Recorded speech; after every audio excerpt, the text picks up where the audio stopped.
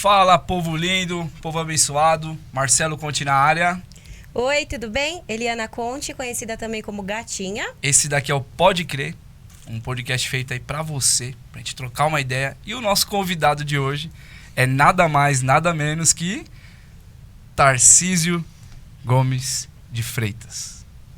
E aí, Marcelo, Eliana, tudo bem? Bom estar aqui no Pode Crer, muito legal. Show de bola. Aliás, gostamos da marca, viu? Você viu, né? Bem legal. Gostei da caneca também. Tamo Essa é sua, chique, essa é hein? sua. Ó, você viu? Essa é sua, pode levar embora que essa tá de presente aí. Queria te agradecer primeiro, né, a oportunidade de participar com a gente aqui. E o Pode Crer, ele é um podcast que ele nasceu justamente para romper essa barreira da mídia que tem hoje, né? Então lá eles vendem o que eles querem. Amém, Jesus. Amém. Labachúrias. Tá precisando, né?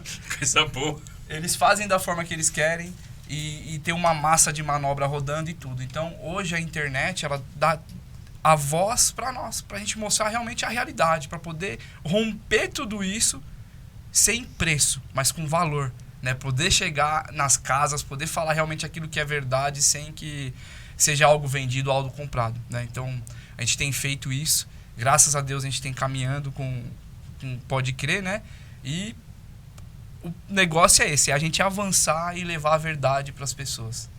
Bom? Amém. Eu queria começar assim. Hoje o senhor veio como ministro, né? Tarcisão do asfalto, para quem não sabe. Ou da padoca. Criticado muito assim por acabar as obras, concluir, né? Então se você tá com um probleminha em casa aí, Tarcisão, vai deixar o cartãozinho aqui depois, né? E atualmente vem aí para ser o nosso pré-candidato ao governo de São Paulo, né? Mas o que a gente quer saber, assim, hoje você tem 47 anos, que fez agora dia 19, é isso? É isso aí. Então, Parabéns. Obrigado. Deus abençoe e dê muitos mais anos de vidas, né? Amém. De vida, na verdade. Engenheiro militar, formado pelo IME, MBA pela FGV em gestão de projetos, filho do seu Amauri e da dona Maria, né? Teve formação cristã desde a sua infância, marido da Cristiane e tem um casal de filhos, né? A gente já fez um leve estudo aí. Eu queria saber o seguinte, por trás de toda essa figura que o pessoal que aparece pela televisão, que aparece na internet, por trás dessa barreira do ministro, né? E de hoje pré-candidato ao governo de São Paulo. Quem é o Tarcísio, né? Lembrando lá de trás, como que foi a infância, da onde que veio, nesse sentido, eu quero escutar um pouquinho de você, assim. Quem é? Onde vive? O que come? Não perca hoje. Não Pode perca crer. hoje no Pode Crer. Tarcísio é um cara simples. É esse cara aí. É um cara... O pessoal vê, pô, o ministro e tal. O ministro, na verdade, foi um cara de tropa há muito tempo, porque eu passei uma boa parte da minha vida nas Forças Armadas, no Exército. Então, era um cara que trabalhava nas obras do Exército, que morou um ano, por exemplo, na selva, dormia num barco, na rede, junto com soldado, que foi para o Haiti, ficava lá no alojamento com soldados, que gostava de obra, gostava de mato, gostava do cheiro da terra molhada, gostava de campo, né, que isso acaba que realiza a gente. É um cara que deu muito valor às oportunidades que teve, porque meu pai e minha mãe ralaram muito para poder me dar condição de estudar. Meu pai, um cara que nasceu e cresceu numa comunidade do Rio, muito pobre, que terminou o segundo grau dele já adulto. Era um cara que carregou caixa de sapato no comércio do Rio, trabalhou no comércio, carregando saco de bola. Não tinha dinheiro para... Meu avô não tinha dinheiro para comprar um brinquedo, então o brinquedo dele era caixa de fósforos. Trem era trenzinho com caixa de fósforo. Pitando. Né? Então, e a minha mãe, uma imigrante que veio de Portugal para o Brasil, chegou aqui, foi trabalhar em casa de família, trabalhou com empregado doméstico, a família dela muito pobre lá em Portugal. Eles dois se conheceram, batalharam muito. Acabou que meu pai passou depois no concurso do Banco do Brasil, me deu uma boa condição, porque quando eu nasci, meu pai já era funcionário do Banco do Brasil. Então, eu tive a oportunidade de estudar. Queria ser soldado quando eu era pequeno, porque eu via aqueles caras fardados. Meu pai sempre me levava para troca da bandeira, desfile de 7 de setembro, e eu furava o cordão e ia marchar com soldados. Que show. Assisti a Dini e Eugênio, né, quando eu era pequeno. Não é do tempo de vocês. Eu gosto muito. Vocês são, vocês não é do meu tempo, tá? Eu gosto, Não é bem porque eu já Você ouvi não sabe nem o que eu tô falar. falando, né? Você não sabe o que eu tô falando. Ela assistia comigo. você Sabe muito sim, vem não. Pois é, era um seriado antigo. Que É o do tinha- narizinho. Que aparecia tinha um gênio que morava dentro de uma garrafa, Faz e tinha um assim, ó. cara que era da Força Aérea Americana. E aí aparecia o cara fardado, nossa, esse uniforme e tal. E eu botei na cabeça que eu queria ir para as Forças Armadas. E um belo dia eu fiz concurso para o Colégio Militar de Brasília, né? Porque eu queria ser soldado, mas aí... Não, tem que esperar até os 18 anos para servir. Pô, mas tem um pessoal aí que anda uniformizado, criança. Não, é o Colégio Militar. Ah, então eu quero ir para lá. Não, tem que estudar para caramba para entrar lá. Não, aí fiz o concurso, passei e tal.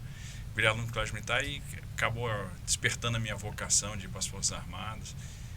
Então eu sempre dei muito valor ao que meus pais me deram, porque eles não tiveram nada disso. Tiveram que ralar muito para chegar Eles tiveram poder que dessa ralar condição. muito para poder me dar uma situação muito melhor, uma condição muito melhor do que a que eles tiveram. E eu aproveitei, estudei muito lá no Colégio Militar. Sempre fui um bom aluno, sempre fui esforçado. Saí do Colégio Militar para a escola preparatória, em Campinas. Então, minha fundação profissional, o primeiro lugar que eu, de certa forma, fui para lá para estudar, mas era o início da minha trajetória militar. Então, foi o primeiro lugar que eu morei profissionalmente, né? Foi quando eu saí de casa com 16 anos. Foi a escola preparatória de cadetes do Exército em Campinas. Show. E eu guardo a melhor lembrança da na escola preparatória. E depois disso, aí veio a Academia Militar. Aí eu servi no Nordeste, servi em Natal, conheci minha esposa lá, casei lá no Nordeste. Aí depois eu servi em Pernambuco, fui para o IME fazer graduação em Engenharia Civil. Fui servir na Amazônia, passei 5 anos na Amazônia, aí fui para a missão do Haiti. Aí passei 7 meses no Haiti, voltei para a Amazônia, passei mais quase 1 ano. Voltei para o Rio para fazer mestrado e foi quando eu saí do Exército. Aí entrei no Serviço Público Civil. Aí eu fiz um concurso para a Controladoria Geral da União. Sim. E aí depois veio o DENIT, veio o Câmara dos Deputados, veio Secretaria do Programa de Parceria e Investimento da Presidência, veio o Ministério da Infraestrutura, aí deu no que deu.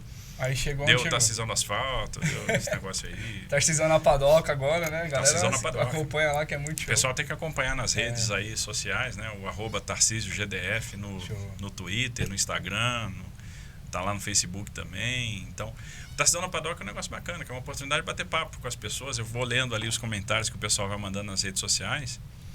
Tudo, comentário bacana, crítica, sugestão, e a gente vai lendo, Vai recebendo. vai discutindo, vai recebendo, vai comendo também, né, que é bom. É quando dá para tomar um pingado e comer um pão na chapa. Né? Sim, sim. Não, show de bola. Muito top. E a Bíblia diz que um líder, antes de tudo, ele deve governar bem a sua própria casa. E a gente pode encontrar nessa passagem lá em 1 Timóteo 3:4. E em São Paulo, ele tem a tradição de imigrantes, né? Que tem um fluxo, a história já é gerada de imigrantes. E também ela é firmada na base no conceito família. E por isso, falando sobre o Tarcísio, como que é longe do cenário político? Tipo, dentro da sua casa, com a sua esposa e os seus filhos. Quem é o Tarcísio? O Tarcísio é um cara de família, né? Engraçado. A gente podia estar tendo a confusão que fosse no ministério, aquela correria, leilão, não sei o que. Quando eu chego em casa, eu desligo. Eu não lembro de nada. Ali eu vou olhar para dentro da minha casa, vou fazer o que eu gosto, que é assistir uma série com a minha filha, Relaxar. Conseguir. Bater um papo com meu filho, ficar com a minha esposa.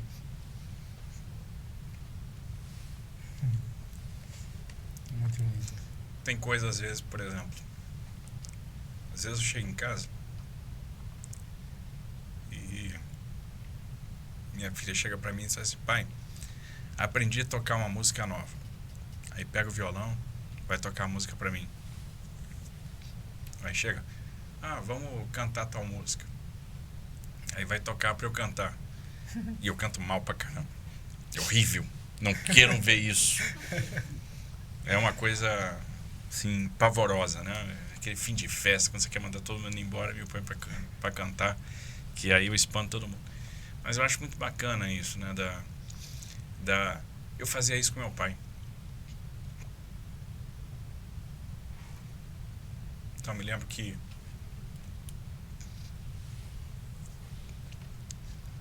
meu pai às vezes chegava do trabalho e eu chegava para ele e dizia assim: pai, senta aqui que eu vou cantar para você. E eu me lembro de muitas vezes ter cantado para ele o tema de uma novela que chamava Pai Herói. E foi que meu pai foi para mim. Amém. Um pai herói. Deixou um legado. Assim, porque meu pai foi um grande amigo que eu tive na minha vida, né?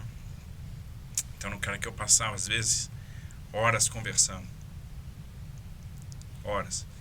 Sobre tudo. Então, meu pai foi muito importante na minha formação. Então, era um cara que tinha paciência para conversar comigo, para me escutar, né? A gente passava horas falando sobre os mais diversos assuntos. Meu pai me ensinou muita coisa na vida. E meu pai sempre foi um incentivador, né? Um incentivador para eu entrar no exército, um incentivador para eu fazer a academia militar, um incentivador para eu fazer o IME. Uma vez eu ia concorrer a uma vaga para ir para a França. E eu não falava francês, eu tinha que fazer uma prova de proficiência no exército. Eita. Eu ia ter umas 2 semanas para estudar francês. A prova de proficiência mesmo, inclusive com entrevista. E naquela época não tinha internet, né? Então meu pai... O pessoal nem sabe o que eu estou falando, que não tem internet, também não é do tempo de vocês. É verdade. E meu pai escrevia carta para mim na academia. E ele escrevia a carta em português, ele botava a tradução em francês, e escrevia a carta no alfabeto fonético para eu entender como é que era a pronúncia do que ele estava escrevendo. Nossa. E não é que eu me preparei para a prova e passei na prova de proficiência. Assim, e todo mundo dizia: você vai aprender francês em 2 semanas, você não vai passar na prova. E não é que eu passei. Nossa. Uau! Mas o meu pai sempre foi um companheiraço, assim. Então, quando eu vejo a minha filha fazer a mesma coisa que eu fazia com meu pai, é um negócio muito bacana. E eu gosto disso. Não tem preço. Eu adoro estar em casa, eu adoro estar com eles, né? Então, final de semana ir comer fora, depois parar para assistir um jogo na TV e assiste a série com a minha filha e tal. E isso é muito legal. Consegue sair e separar todo aquele peso e tá no seu... Naquele momento que eu tô né? ali, eu desligo. Eu desligo, eu não lembro de nada. Não lembro... lógico, você sempre tá em tese de prontidão, estava no ministério, aconteceu uma emergência, um negócio, você tem que intervir imediatamente e tal. Mas não acontecendo nada, o dia a dia eu também não queria saber, não. Aí ali era o meu momento de paz com a família. Eu curtia aqueles momentos ali com eles e isso é muito bom, não tem preço. Não tem preço. Sabe aproveitar o tempo, né? E isso é como pai. E o marido? Bom, eu dei uma sorte grande na minha vida, né, que foi ter conhecido a minha esposa. E eu sou um cara decidido, então não demorei muito para perceber que era a mulher da minha vida, porque eu conheci minha esposa em fevereiro, a gente começou a namorar em março. Eu pedi ela em casamento em maio e em novembro a gente casou. Ou seja, mulheres, não se permitam ser enroladas. Fica a dica aí, ó. Pega a visão. Eu tenho que namorar 5 anos para casar, 10 anos. Bobagem. Eu levei 9 meses e tô casado há 25 anos. Aí. Mas o que aconteceu, na verdade?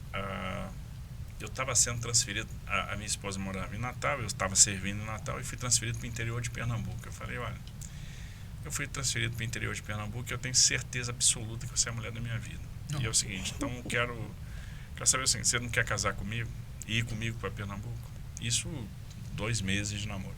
Ela disse: quero, eu vou com você. Então pronto, fechou, vamos embora. E ela foi. E foi a pessoa que sempre esteve do meu lado. Eu já passei por uma situação de câncer, foi a pessoa que cuidou de mim, que cuidava dos meus curativos, que me levava na radioterapia, foi a pessoa que foi comigo para a Amazônia, né, e que morou comigo lá, que abriu mão muitas vezes do seu crescimento profissional para me acompanhar, que saiu... quando a gente morava na Amazônia, ela tinha um emprego e ela ganhava umas 2 vezes e pouco a mais do que eu. Sim. E quando eu peguei uma obra grande, que foi uma obra da Petrobras, então o Exército ia fazer uma parte dessa obra, que foi o gasoduto Guarani-Manaus. Eu fiquei na selva 1 ano nessa obra, e ela pegou e saiu do trabalho para ficar cuidando do meu filho, né? Depois que eu voltei dessa obra, eu passei 2 meses em casa e já embarquei para a missão de paz do Haiti. E ela firme, sempre me dando incentivo, sempre me dando apoio. E sempre me disse, olha, você pode ir mais longe, olha, faz isso, confia no seu potencial, base, né?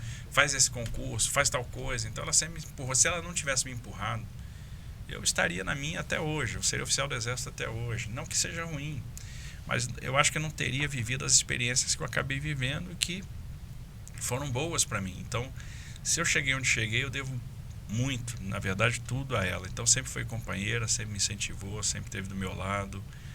É uma pessoa diferente para mim, especial. A mulher que edifica o lar, né? Uma mulher sábia que é a base. Com certeza.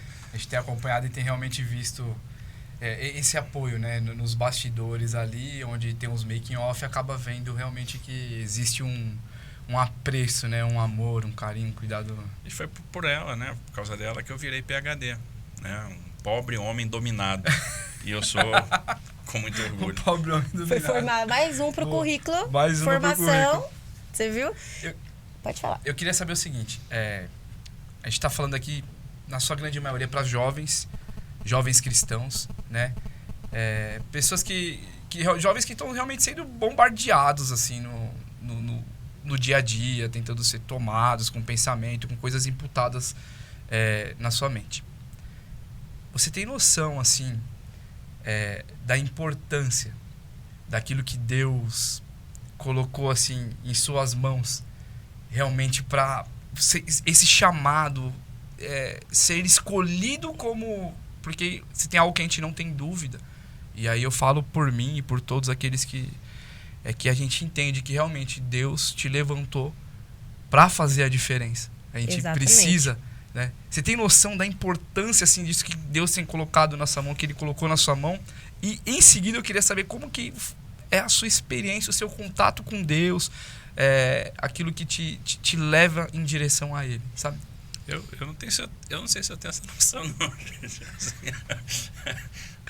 É muita responsabilidade. Eu não sei se eu tenho essa noção. Mas, assim, o fato é que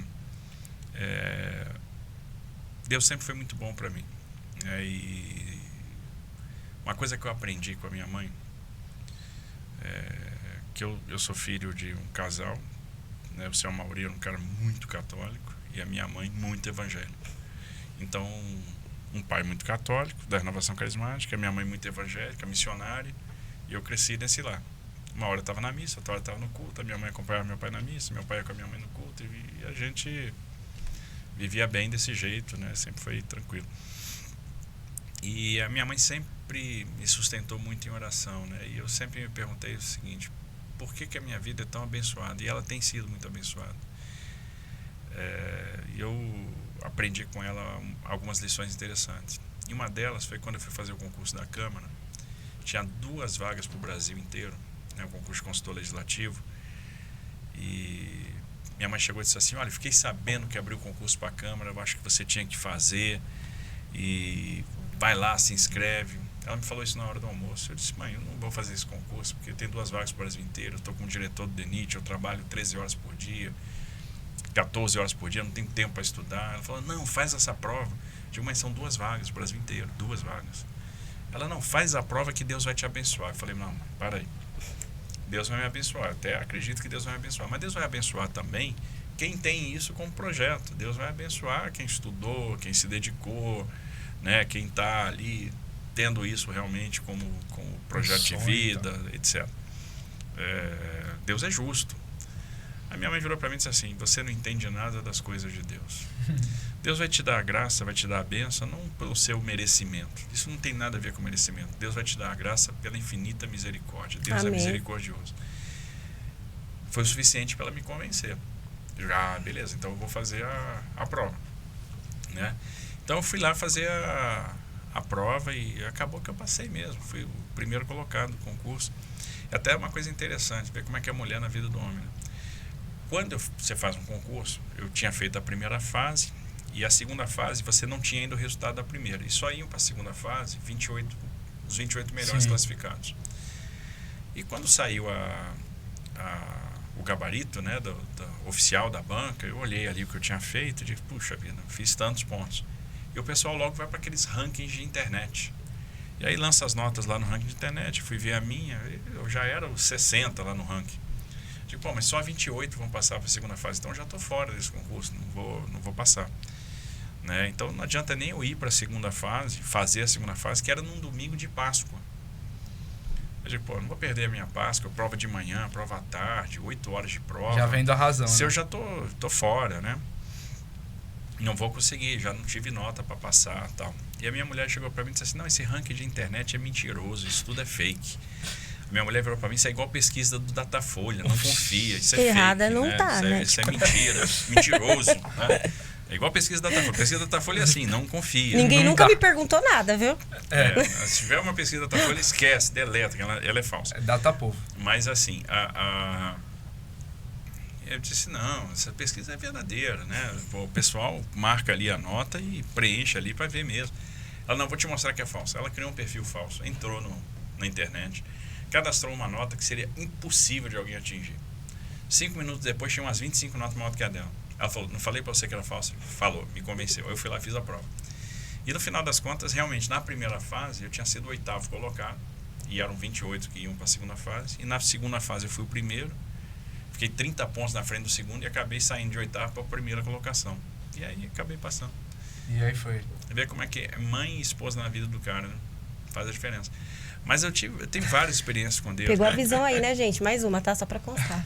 Quando eu estava no IME, né, no último ano, o estudo de engenharia é super pesado, né, uma escola difícil e tal.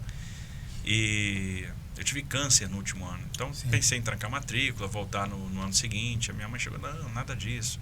Nós vamos orar, você vai ficar bom. E orou, ficou bom. E eu tinha medo, como é que vai ficar meu desempenho, né? Que eu estava indo bem no curso, não queria trancar matrícula e tal. Passando por tudo aquilo. E ela disse, não, você vai sair bem. Acabou que eu fiz o tratamento, fiz cirurgia, entrei na radioterapia e tal. E eu terminei o semestre com 9,74 de média. Acabei meu curso lá em primeiro lugar. Então, você vê que Deus te sustenta, né? A minha experiência com Deus é muito boa por causa disso. Quando a gente ia fazer, por exemplo, eu me lembro que a gente ia fazer a Infra Week, era uma semana de leilões de infraestrutura no auge da pandemia. Inclusive leilões de aeroportos, e o setor de aviação foi o que mais sofreu na pandemia. E eu estava morrendo de medo desses leilões não darem certo. Sim. E aí eu chamei uma turma lá para o ministério para orar. Nós oramos. Depois a imprensa até ficou sabendo que eu fiz uma rodada de orações antes do leilão, me ridicularizou, mas é assim mesmo, não tem problema. Eles fazem pouco caso da fé da gente. Verdade. E não é que e nós fizemos o leilão foi um sucesso, foi super bem sucedido, vendemos todos os ativos, foi uma benção. Então, o que acontece na minha vida não tem explicação, são bênçãos que vêm de Deus. Bem. Então, a presença de Deus na minha vida é muito importante. Ele sempre me sustentou, e eu tenho uma mãe que me sustenta na oração, que está sempre de joelho dobrado, que fez a diferença na minha vida. Um pai que, quando viu, meu pai já é falecido, mas sempre me sustentou na oração também. E eu sou muito abençoado por causa disso. Amém. Isso é muito importante. A gente vê que o pessoal que está em casa entender e se deixar conduzir aquilo que Deus tem para fazer. Muitas vezes vai contra a nossa vontade ou até sonho mesmo, né? Mas se a gente consegue ter esse discernimento e pessoas ao nosso lado que estão ali firmados com Deus, a gente vai se conduzindo Eu nunca pensei em ser político na minha vida, em disputar nada, nunca passou pela minha cabeça, mas Deus vai abrindo as portas e parece que vai te, né?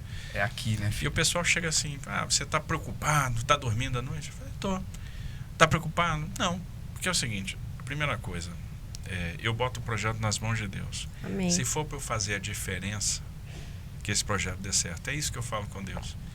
E isso te dá fortaleza na fé, porque se o projeto é de Deus, vamos embora. Aí o pessoal chega, não, você vai sair, vai para o seu estado, não era seu estado, e aí, gente, Abraão, quando foi caminhar no deserto, também não sabia o caminho.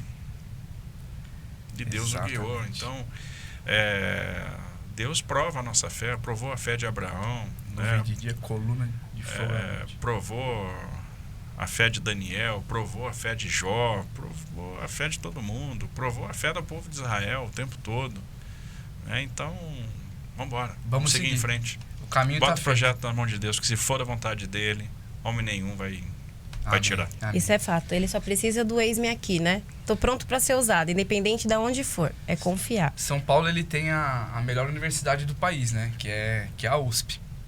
Pelo menos foi, né?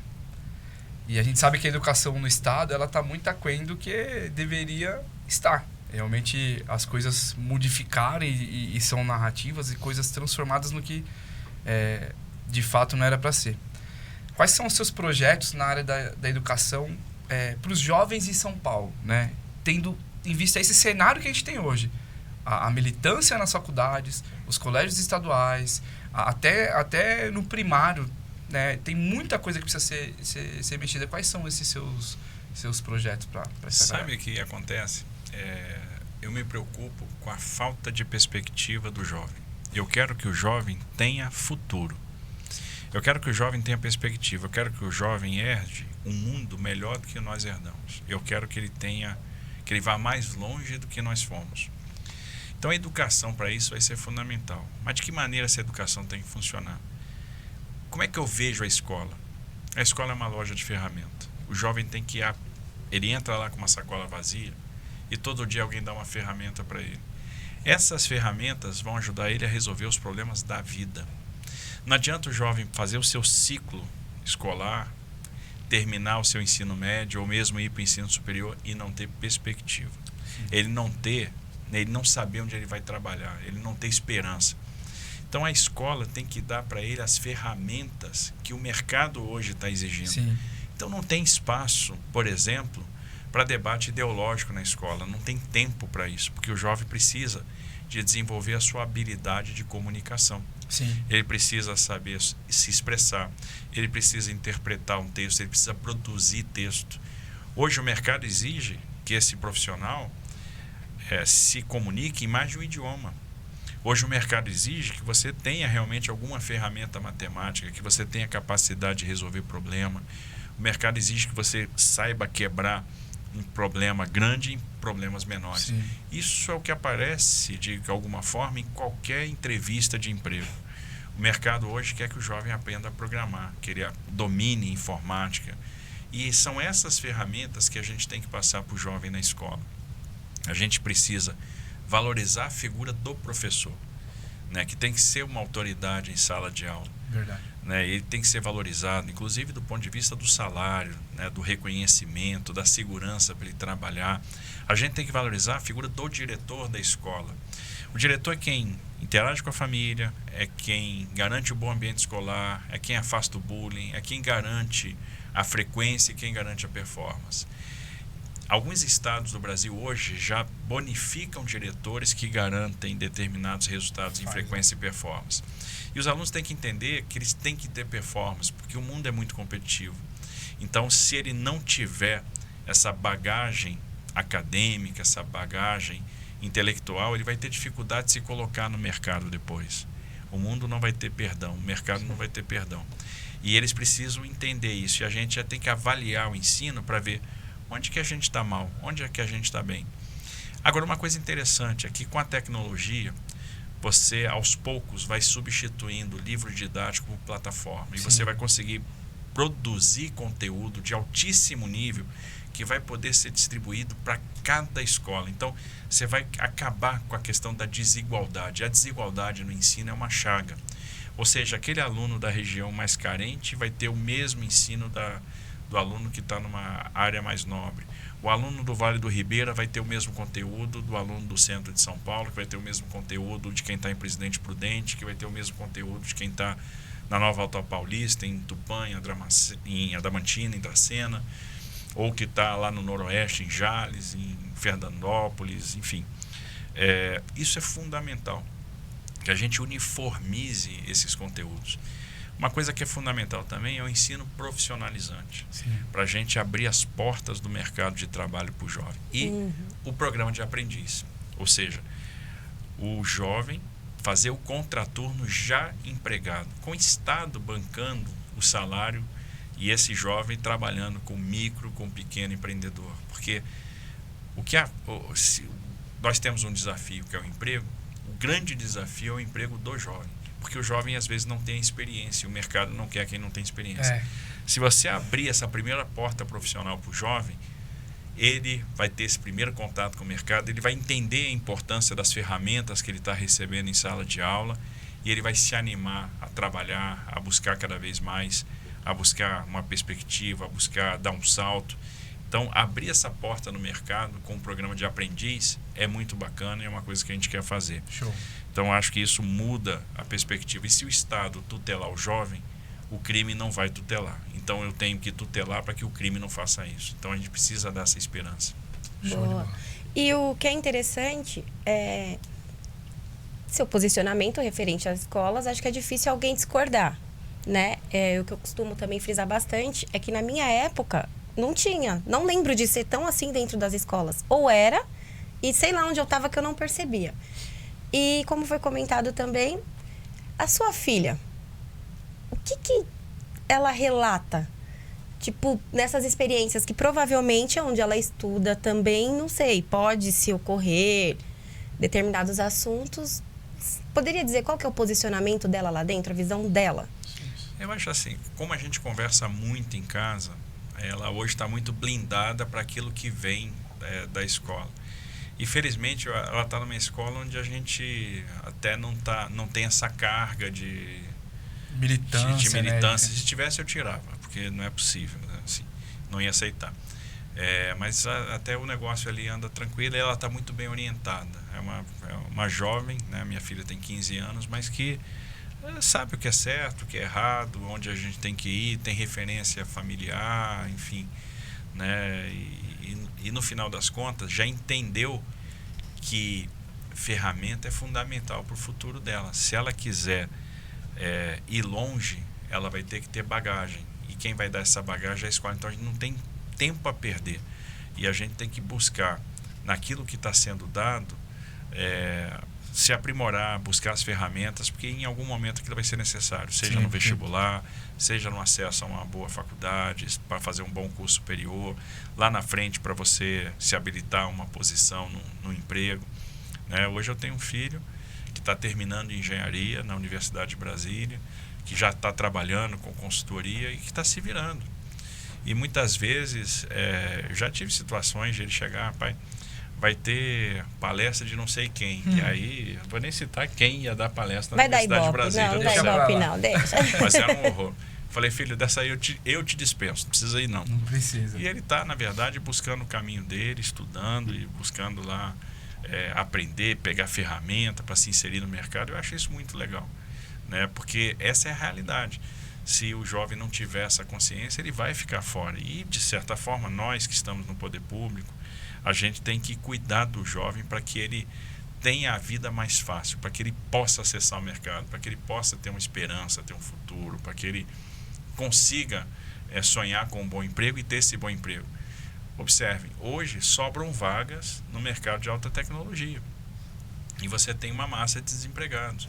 Então, no final das contas, o que está faltando? Capacitação para a gente atender a demanda de mercado. E a escola está ficando muito à margem. Capacitação real daquilo que tá sendo necessário, aquilo que está sendo necessário hoje, né? Aquilo que o mercado quer hoje. O mundo está se desenvolvendo muito rapidamente, o perfil do emprego vai mudar. E se a gente não tiver uma educação orientada a resultado, a gente vai condenar toda uma geração a ter dificuldade de se colocar. Boa. E por que eu entrei nessa pergunta? Porque hoje em dia a maior dificuldade dos jovens é lidar com o seu posicionamento dentro das escolas.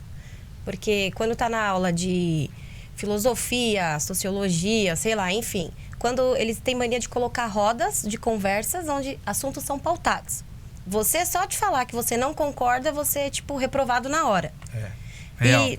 Entendeu? E essa pergunta me veio agora por conta disso, para você jovem. A filha do futuro governador, em nome de Jesus, ela tem 15 anos. Imagina para ela como o posicionamento dela. E devia ser muito difícil, né? A gente que não acompanha, mas mesmo assim ela é posicionada. Então, para você que acha que que é impossível, não existe impossível. É só se posicionar. E se você quer ter um futuro, pensa realmente no que é estudo, né? No que deve ser buscado. Em buscar e não deixar que os barulhos em volta te paralisem, né? Exato. Deixar assim, porque um falou, outro falou, você... não vou conseguir, não adianta estudar, não adianta buscar, porque... eu tô de uma região carente, de uma região pobre, e não adianta eu estudar, porque não vai me dar nada isso. Porque eu estudo na escola estadual, não vai me dar nada isso. Não deixar esses barulhos, né? E realmente focar naquilo que tem que ser feito, né? E a gente tem tantos exemplos do nosso lado, né? O Exército é uma instituição que beneficia, né, que privilegia muito mérito. Então eu conheci, por exemplo, o general, que foi garçom. Eu conheci o primeiro colocado da turma, que era imediatamente na minha frente, lá na academia, né? Que era uma turma na minha frente. Eu sou da turma 96, o primeiro colocado da turma 95, trabalhava na roça, né? Era lavrador. Então o Exército abre essas oportunidades.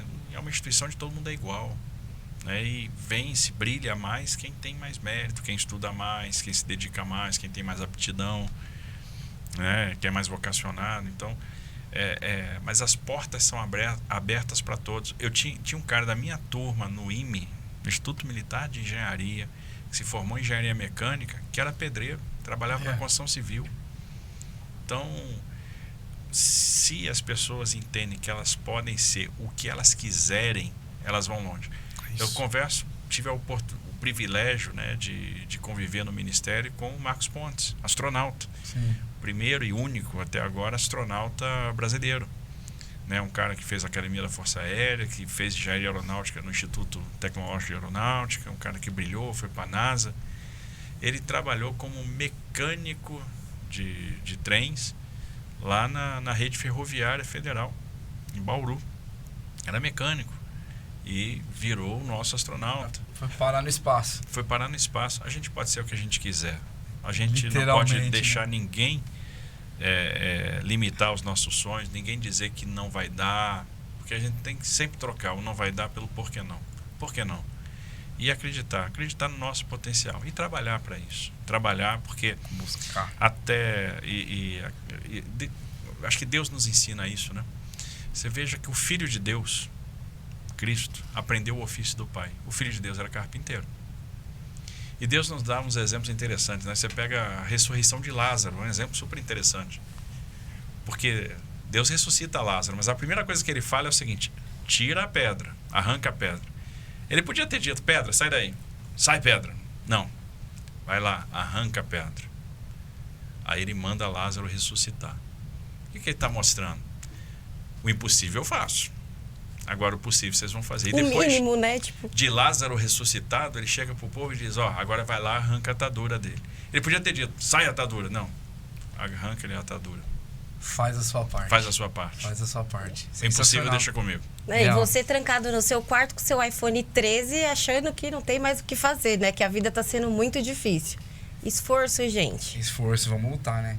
Tarcísio, tem um problema muito grande assim acontecendo em toda a nação, e São Paulo, pela sua proporção, pelo seu tamanho, é algo que fica gigantesco, que são os assuntos das drogas, né?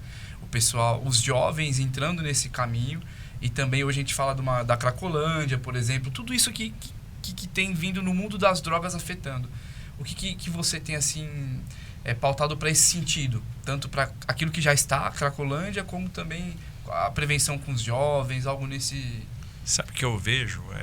Primeiro, uma falta de vontade de resolver o problema. Primeira coisa. Você sabe que Cracolândia não é uma exclusividade da cidade de São Paulo, por exemplo. Verdade. A gente tinha Cracolândia em Amsterdã, a gente tinha Cracolândia em Lisboa, a gente tinha Cracolândia em Nova York, a gente tinha Cracolândia em Frankfurt. Engraçado que todas essas cidades resolveram seus problemas. E a gente não consegue resolver. E não consegue resolver porque a gente tem que entender que essa situação é um misto, ela envolve, né, um misto de políticas públicas, uma conjugação de políticas públicas. A primeira delas é o acolhimento, a assistência social, o desenvolvimento social. Porque eu tenho que entender o seguinte: aquela pessoa que está lá por algum motivo. Existe uma raiz para ela estar passando aquela dificuldade. E eu tenho que atuar nessa raiz. Eu tenho que criar uma ponte para oportunidade. Eu tenho que criar uma porta de saída. Porque se eu não criar a porta de saída, e a porta de saída é o emprego e a capacitação, mesmo que eu recupere esse cara, ele vai voltar. Sim. Segunda coisa, eu preciso tratar essa pessoa. Eu preciso dar o tratamento, tratar o dependente químico. Né? Levar isso muito a sério. Então, tem uma questão de saúde aí envolvida, saúde pública. Terceira coisa, habitação. As pessoas não vão para a rua para consumir a droga. Elas consomem a droga porque elas estão na rua, porque elas perderam a casa, porque elas estão acampadas, elas não têm esperança. Então, a política de habitação é fundamental para você resolver isso. Então, se você requalifica o centro da cidade, se você reprime o tráfico, se você trata o viciado, a vítima, que é aquele cara que está lá sem esperança, e se você acolhe, você vai ter sucesso. A primeira coisa para você ter sucesso é estabelecer uma relação de confiança. Aquela pessoa que está ali passando necessidade tem que entender que você se importa com ela, que você está preocupado com ela. E aí, o Estado sozinho também não vai resolver o problema. O Estado precisa do terceiro setor, o Estado precisa das igrejas. E aí eu entendo, é uma convicção minha, uma boa forma de tirar a pessoa dessa situação é restaurando a fé dela. Sim.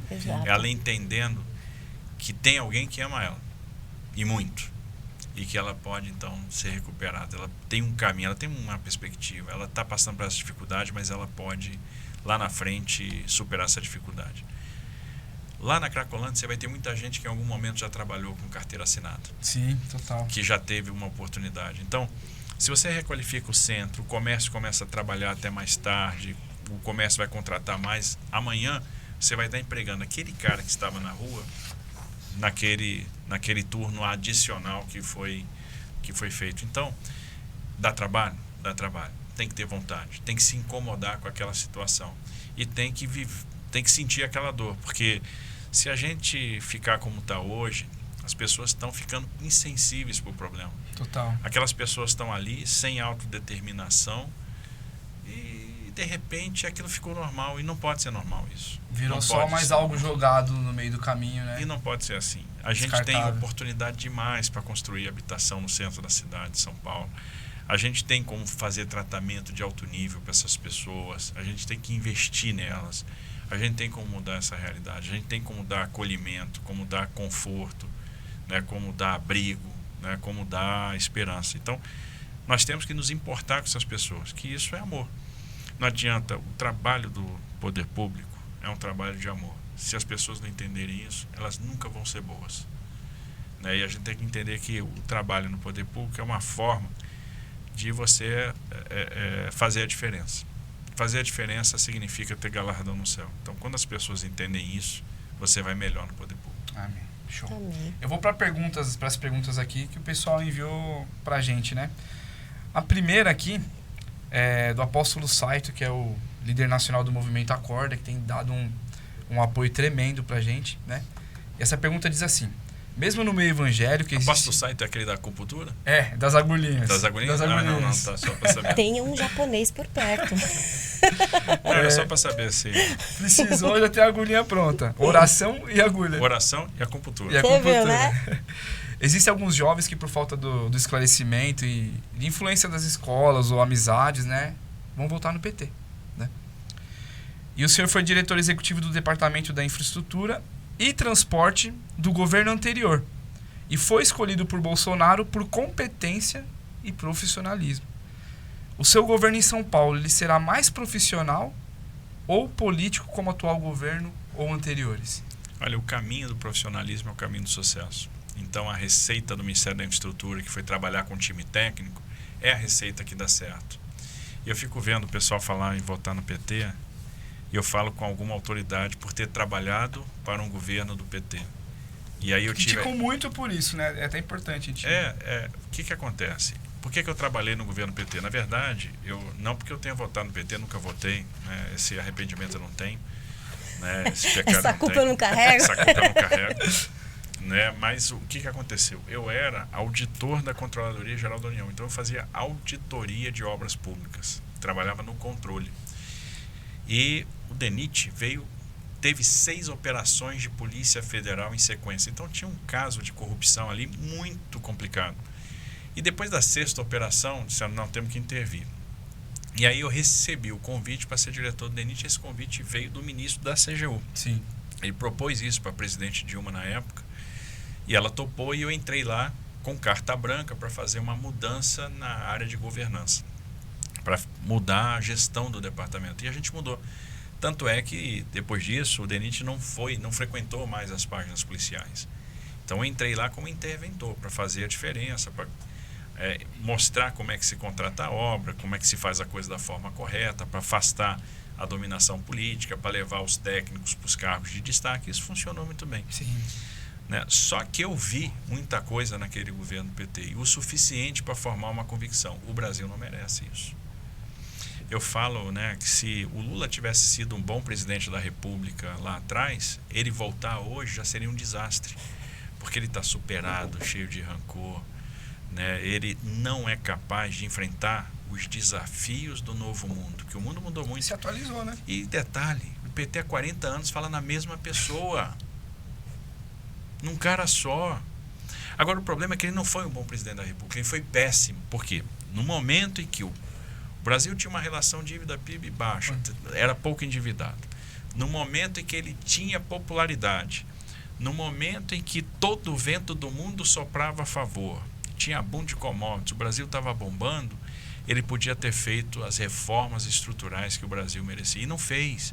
A onda passou e nós ficamos para trás. Ele condenou o Brasil ao subdesenvolvimento, além de ter liderado o maior escândalo de corrupção da nossa história, aquela corrupção sistêmica, o assalto à Petrobras, bilhões de reais. Hoje não tem derivado no Brasil porque eles sangraram a empresa, porque eles roubaram dinheiro para a construção das refinarias, eles roubaram os fundos de pensão, eles roubaram as estatais. Nossa, E isso nos condena ao subdesenvolvimento. Isso é uma chaga, a gente sofreu com a corrupção.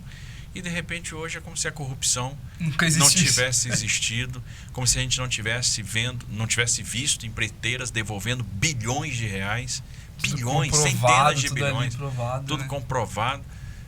E esses caras aparecem com a cara mais lavada do mundo, com a maior disfarçatez, querendo e seduzindo pessoas que não entendem o perigo que é essa turma. No final das contas, hoje o mundo é muito mais desafiador. O Brasil hoje tem uma outra situação fiscal, e o Brasil pode se inserir num contexto de prosperidade. Agora, se der a marcha ré, nós vamos perder muito tempo. Então, as futuras gerações não merecem isso. E eu posso falar com autoridade que eu vivi o problema de dentro. Eu vi o que é o governo PT.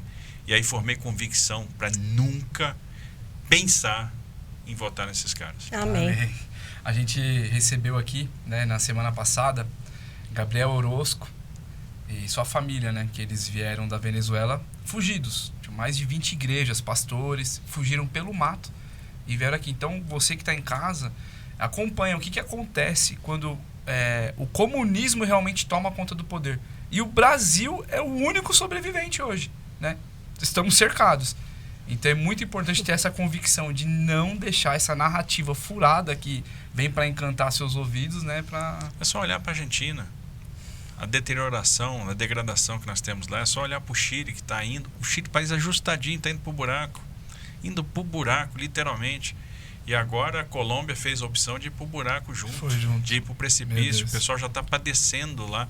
Então, a turma não tem noção do sofrimento que é e do quanto a gente pode perder com isso. O Brasil não merece isso. Amém. E aproveitando as perguntas, né? Tem uma também do Arthur Moreto, Taubaté, dono da Congelato Alimentos. Fica a dica também aí, não pode perder a oportunidade, né? Os cafezinhos lá que mandaram pra gente aí. De onde vem tanta paciência com as perguntas enviesadas da imprensa? É muito suco de maracujá? Aí é aquela turma lá que me prepara, me ensina a ter paciência. E olha que ainda não experimentei as agulhas do apóstolo Saito. Acho que quando eu experimentar eu vou ficar ainda mais apto a enfrentar a turma aí, porque não é fácil. Não é fácil, é cada furada, não é fácil, né? Não é fácil. É como se a gente tivesse uma empresa e fosse analisar o balanço dessa empresa. E o balanço sempre tem duas partes, o passivo e o ativo. Eles só olham o passivo. Então é aquele negócio de nos impor, tá tudo ruim, tá tudo ruim. Ninguém fala que o Brasil gerou 4.700.000 postos de trabalho de 2020 para cá. Que o Brasil tem o menor nível de desemprego em não sei quantos anos. Que a gente saiu de um desemprego de 14,6% para 9,5%.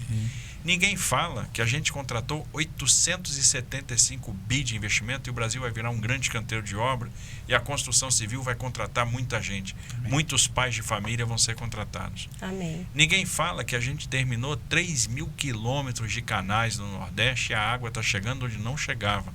A água está enchendo a barragem de Oiticica no Rio Grande do Norte, está em Jati no Ceará, está em Salgueiro em Pernambuco, está chegando na Paraíba. Tantos anos escravizando o povo com água. Com água.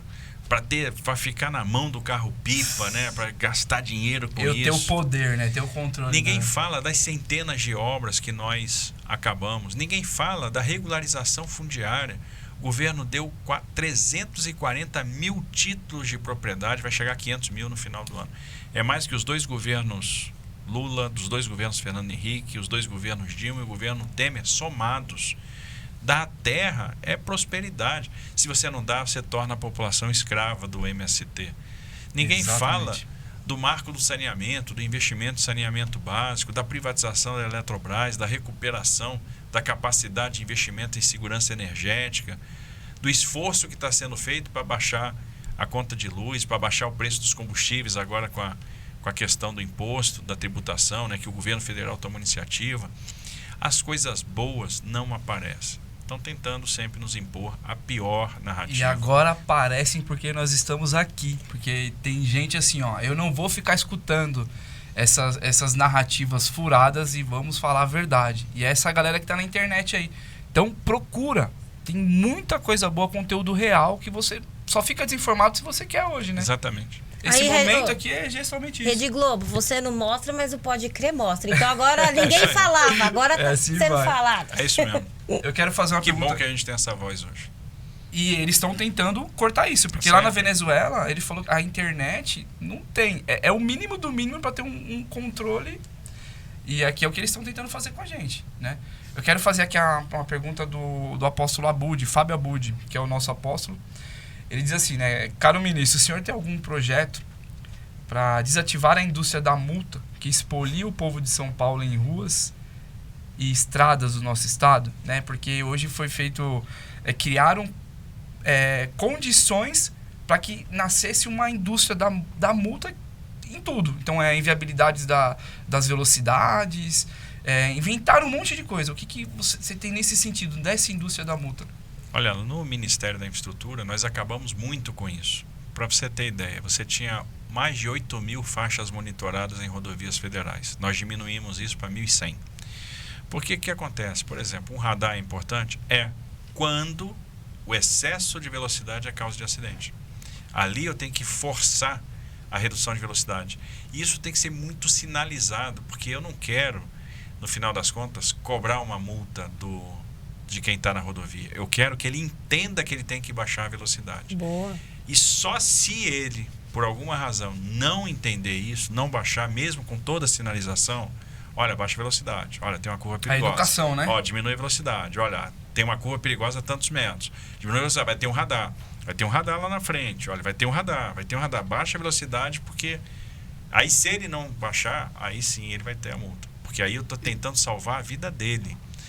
Porque, por que você tem acidente nas rodovias? Ou porque a geometria é inadequada, ou porque falta uma duplicação, ou porque a sinalização está gasta, a sinalização está inadequada, e também por excesso de velocidade. Onde você tem o excesso, aí você tem que ter o radar. E esse radar tem que ser sinalizado. Então nós mudamos, por exemplo, a norma para a instalação de radar, dizendo, olha, o radar tem que ser ostensivo, sinalizado, tem que ser informado, a redução de velocidade, com tanta antecedência, etc, etc, etc. Não pode ter radar escondido. Justamente porque não interessa para a gente arrecadar dinheiro com multa. Aliás, isso serve para tudo. Nós baixamos uma série de multas.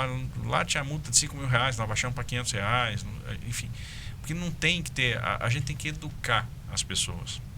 E a gente tem que simplificar a vida das pessoas, tornar a vida menos burocrática. Não fazer disso uma máquina de gerar dinheiro. Não, as pessoas, por exemplo, têm que resolver a vida delas hoje no celular, no ambiente virtual, sem ter que ir no órgão público, de forma rápida. de forma barata. É isso que todo mundo espera. Boa. E também para fechar as perguntas, né? Tem o do apóstolo René Terranova. E a pergunta dele é: qual é o projeto do senhor para a juventude aqui de São Paulo? Meu projeto para a juventude é dar perspectiva. É fazer com que esse jovem tenha emprego, tenha esperança. Então, o que eu quero do jovem? Que ele seja bem formado, que ele tenha ferramenta, que ele esteja apto para o mercado. Que eu quero que esses jovens voem longe. Amém. Eu quero que os jovens percebam que todo mundo tem um talento. Todo mundo tem um dom. O que separa as pessoas bem-sucedidas das pessoas mal-sucedidas? É aquele que descobriu qual é o seu dom e aquele que não descobriu qual é o seu dom. Se a pessoa não descobrir qual é o seu dom, se a gente não despertar esse dom, ela fica sem perspectiva, ela fica à deriva. Igual um barco vagando no mar sem saber para onde vai. Então a gente tem que entender qual é o dom dessas pessoas, desenvolver essas capacidades, desafiar esse jovem a aprender. E o jovem aprende tudo. Mostrar para ele que tem um desafio logo ali na frente que ele é capaz de superar. Dar uma educação de qualidade, voltada para o mercado. Né? Eu quero que a gente entenda a importância da inovação, a importância da tecnologia. Eu quero que esse jovem tenha intimidade com isso, para que ele vá longe. Eu quero que os jovens de hoje consigam caminhar mais longe do que a gente caminhou, consigam ir além do que a gente foi. Começar em degraus mais adiantes, né? Claro, eu quero que esses caras deem um salto e façam com que o Brasil dê um salto junto. Amém. Então esse é o nosso futuro. Futuro para a juventude. Não fechou a pergunta, vou finalizar agora. Tinha mais uma. Tem mais uma. O bate-papo tá maravilhoso, mas o tempo vai passando e a hora que você voa, né? Eu tenho uma da Cristina Carreon aqui que diz assim, né? Quais são os seus projetos para a Polícia Militar do Estado de São Paulo, né? Porque hoje o policial ele é tratado praticamente como criminoso, né? É a inversão de valores, é Total. o poste Total.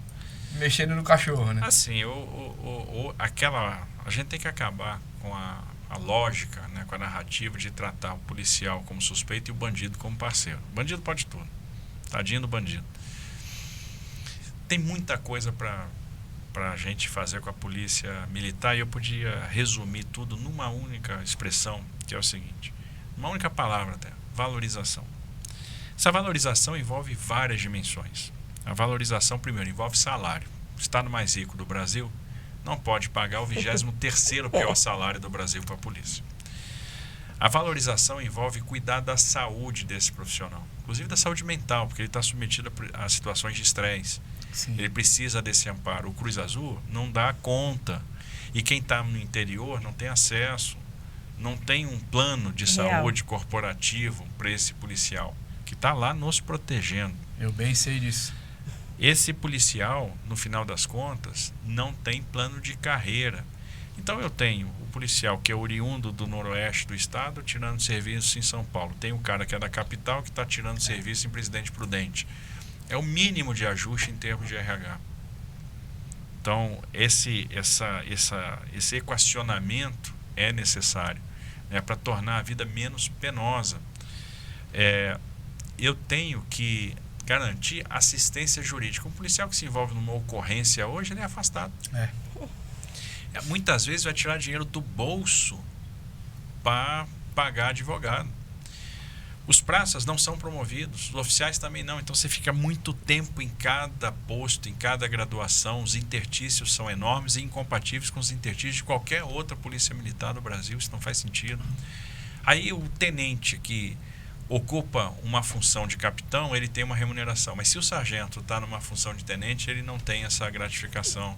Então essas distorções precisam acabar. E a gente vê que tem uma desconexão da base com o comando. Isso é muito ruim, né? Porque isso afeta a questão da liderança. Então tem muito ajuste para fazer. Mas todos eles, no final das contas, envolvem a questão valorização. E a valorização tem todas essas pernas, né? Tem todas essas dimensões. Então, se a gente quiser ter segurança pública, a gente tem que valorizar o profissional de segurança pública. Eu falei das câmeras, eu sou contra a câmera corporal, porque a gente gasta dinheiro com câmera para o policial e não está gastando dinheiro botando tornozeleira em bandido. Exatamente. O bandido que é condenado que anda livremente, são 350 mil condenados, circulando livremente pelo estado de São Paulo. E a gente não monitora as obrigações dos regimes de progressão de pena, que foram impostas pelo judiciário. E no final das contas, a reincidência supera os 50%. Se eu monitorar o bandido, a reincidência cai para caramba. Agora, quanto é que custa uma tornozeleira? R$290. E a câmara corporal do policial? 690. Então, eu prefiro gastar mais dinheiro monitorando o policial do que monitorando o bandido. Valorização, né? Daquele... Algo de errado não está certo. O que é a câmara do policial para mim? É dizer para o policial o seguinte: eu não confio em você. Exatamente.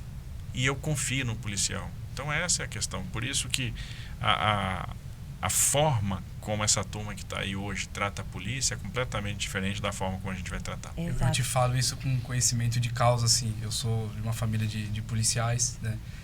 E acho que cerca de 15 dias atrás um tio meu está conseguindo a aposentadoria, né? O Rinaldi, fica até um beijo para ele, assim. Salve, Zolhão. E a gente vive essa falta de valorização. De policial... nem falando nele, porque é um cara que assim conseguiu hoje, tá se aposentando, mas já tá pensando o que vai fazer para sustentar a família depois. A gente vê isso, né? É uma dificuldade. Depois de 25 anos de serviço, seja 30 anos de serviço, tem que pensar o que vai fazer para poder trazer a mesa. E passou uma vida inteira cuidando de família, cuidando da nossa vida, né?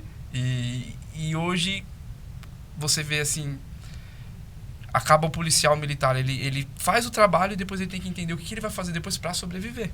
Porque não existe um respaldo, né? Algo que venha dar esse subsídio, né? Então eu vivi muito isso. Outros tios policiais, assim, também, que eu acompanhei o dia a dia. Tem coisas que a gente, né? Mas eles precisam ser valorizados. E para né? você que não concorda, quando precisar, chama o Batman. Não, o pessoal não quer saber do Batman, não. Liga pro Batman quando tiver na... Meu Deus. Liga da Justiça. Nossa. Liga da Justiça. É a valorização.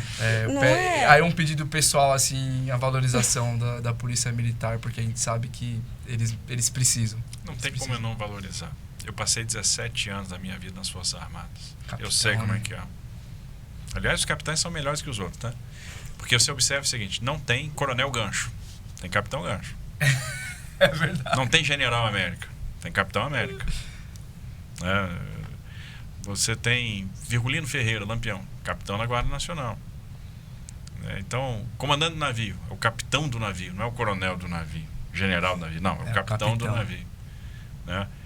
Desenho animado, não tem general Caverna, tem capitão Caverna. Então, os capitães, né? Não estão à toa. Estão com tudo. Bate-bola, ping-pong. Bora lá. Controla. Aliás, aí. eu tive o privilégio de trabalhar com o capitão Bolsonaro. Capitão Bolsonaro.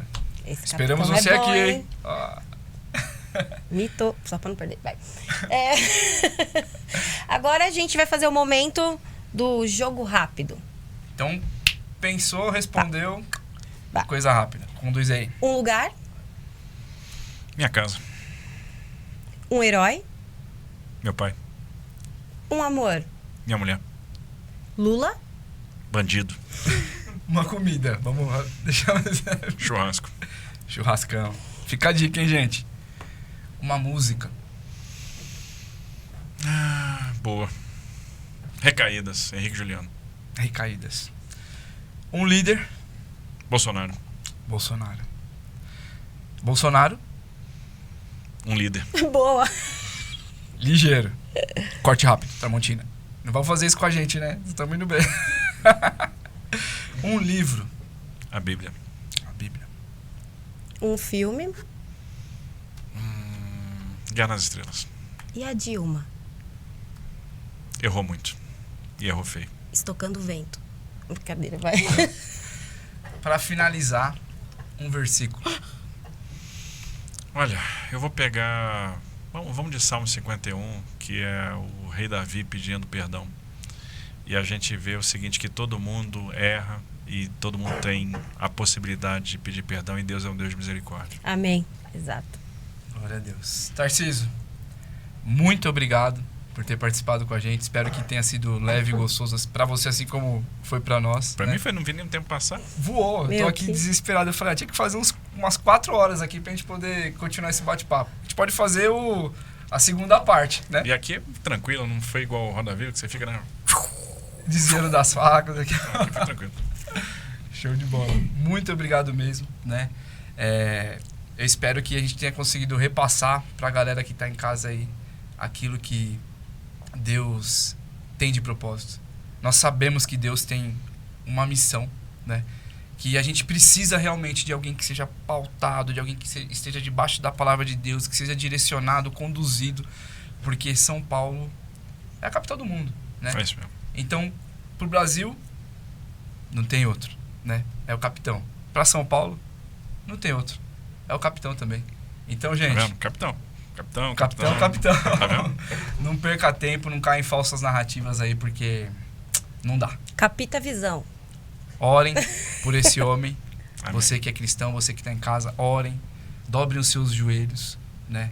Porque a gente entende também que não é só uma luta política, não é somente uma luta contra carne, mas é uma luta espiritual. Então você que está em casa precisa entrar em unidade, precisa entrar em oração e fazer parte disso, porque você é parte Exato. disso. E não existe crente de esquerda, tá? Também, só pra constar, tá? Só pra crente, fechar. acorda, pelo amor de Deus. Acorda. E a galera aí da juventude, Salve pra acorda também. bora participar no Acorda aí, tá lá no Instagram, né? Movimento Acorda. Eu sou coordenador nacional com a juventude, então se você quer entender... Por exemplo, existem várias falsas narrativas, né? Mas se você quer entender o porquê de tais coisas, vai lá procurar com a gente. Ali você vai adquirir conhecimento. Adquirindo conhecimento, a decisão é sua. Ponto. É Tá isso aí. certo? Obrigado, Deus abençoe. Gente, Esse foi obrigada. o Pode Crer.